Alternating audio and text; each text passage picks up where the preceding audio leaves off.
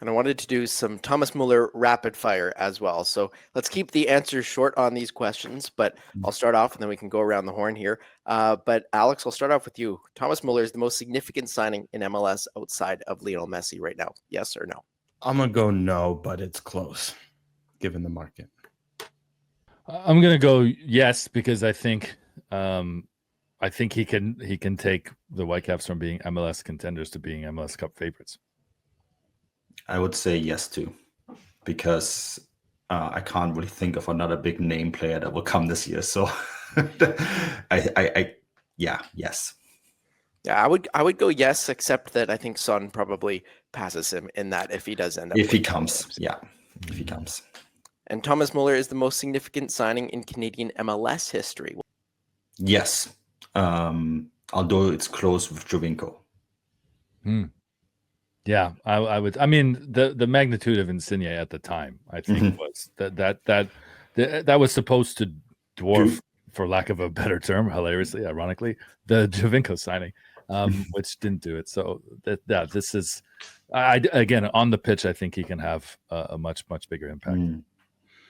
Yeah, I'll go yes. I mean, for me, I think Drogba, just the impact of an African star like that heading to Montreal and the impact he had. But it's tough because I see a lot of Giovinco. Giovinco didn't really register the same way Drogba, Insigne, Muller. It was more after the fact. And I guess this Muller transfer will age. Like if the Whitecaps go on and win major trophy, this discussion changes. But already, in terms of size, this feels like it's the biggest.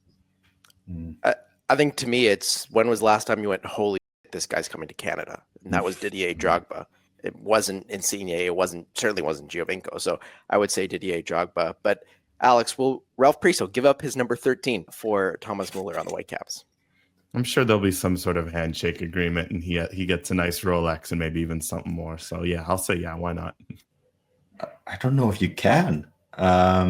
So I asked, and although my sources were very chatty about a lot of things, they did not tell me what number he's going to wear, and I was told it's going to be a surprise. And it's not going to be what I think it is. So not his Bayern Munich 25, I guess, because that's Ryan Gold. Not his Germany number 13, because as you said, it's Priso who has it. I have no idea. Maybe it's Davies 67.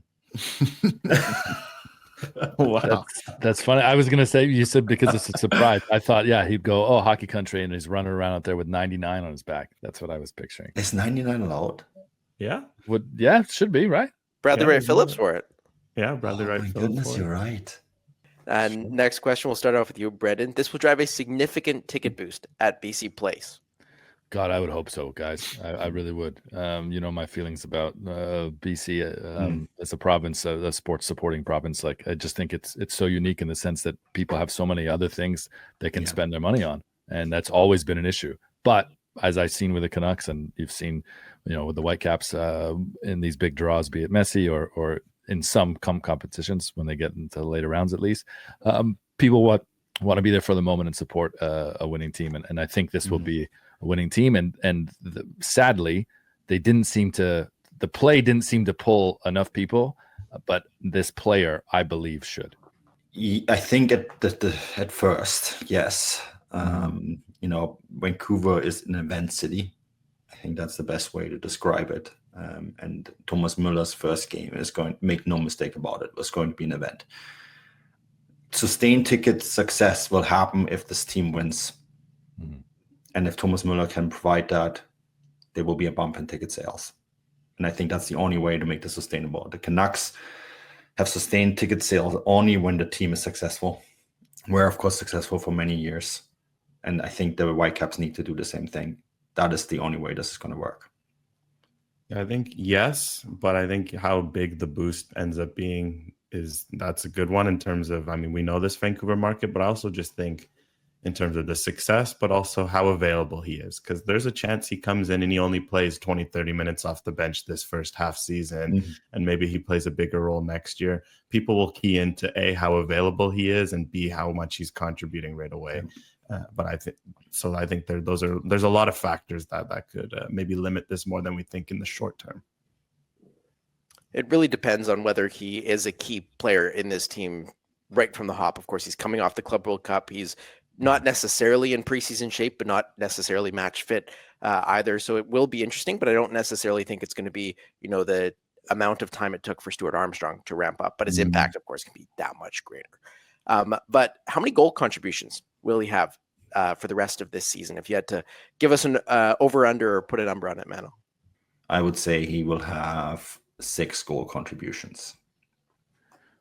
Contributions. I'm going to go higher than that. I think it's very possible that he has 10 contributions.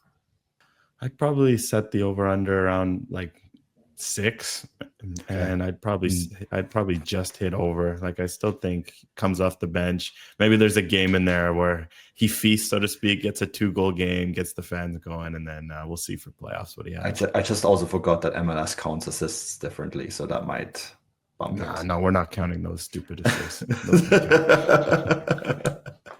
Maybe that's why he came. Maybe they swooned him with that. Like, oh wow, he's like, this is great. You're already getting like 26 assists every year, and this will give you 45. I just, I can't wait for the pictures. We talked about him like not being a marketable guy, but let's be honest. Like, that first game, if it's against Houston, his debut, Steve Nash is bringing Dirk Nowitzki, Leon Draisaitl is going to show up, and like I need them to like play keepy uppies in the hallway before the game. Like that has to happen. Yeah, and Fonzie is here for his summer holiday, right? So that's what needs to happen. Bring out all the personalities. I know you bounce, but I'd love to hear if you've heard from anyone. Do you think Fonzie or Carlo Ancelotti played any role here and were consulted at all before Mueller came to this decision? I think Fonzie definitely is the reason why he's coming. The reason. Well, how else would he have heard about the Vancouver Whitecaps? Having said that, Michael McCall from the Afton Football Show posted this on Blue Sky. He did play in 2007 against a Vancouver Whitecaps residency team. Wow. So when he was, I think, 19, 18. So planted the seed. Maybe that planted the seed all the way back almost 20 years ago. So, but 100% he will have had conversations with Alphonso Davies about this, without a doubt. And that will have probably helped, right? So it's about time we get something from that Davies connection to Bayern. Lewandowski next. Let's manifest it. Man. Yeah, I wouldn't rule it out. Oh, okay. So, Juicy.